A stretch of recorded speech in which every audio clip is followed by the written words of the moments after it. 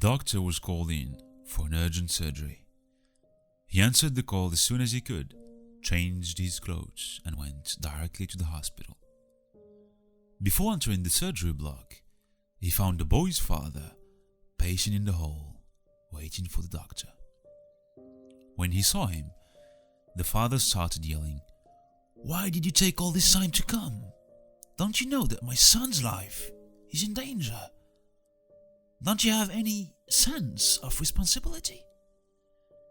The doctor smiled and said, "I'm sorry. I wasn't in the hospital and I came as fast as I could after receiving the call, and now I wish you'd calm down so that I can do my work." "Calm down? What if your son was in this room right now? Would you calm down? If your own son dies while waiting for the doctor, then what will you do?" replied the father angrily. The doctor smiled again and said, "We'll do our best by God's will, and you should also pray for your son's recovery. Giving pieces of advice when you're not involved is so easy," murmured the father. The surgery began. The doctor, along with the nurses, did their best to save the little boy's life, but his heartbeat started to fade. The medical team finally succeeded in keeping the child alive. A few hours later, the doctor went out, relieved, and told the father, "Thank goodness, your son is saved." And without waiting for the father's reply, he carried on his way running and added, "If you have any questions, please ask the nurse."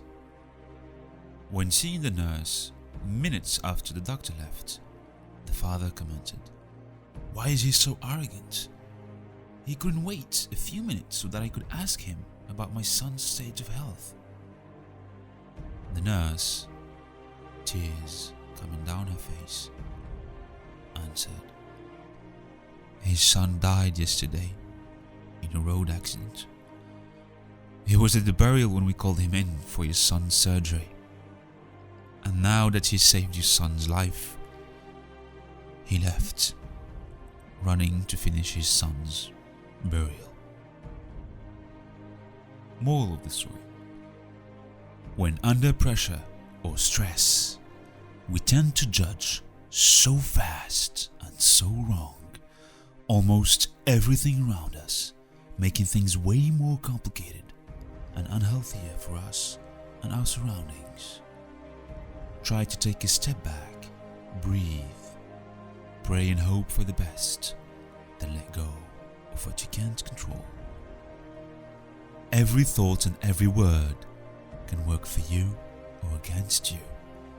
And every thought that you confirm to be true becomes a belief. When you change a belief, you change a mental construction, and therefore your life.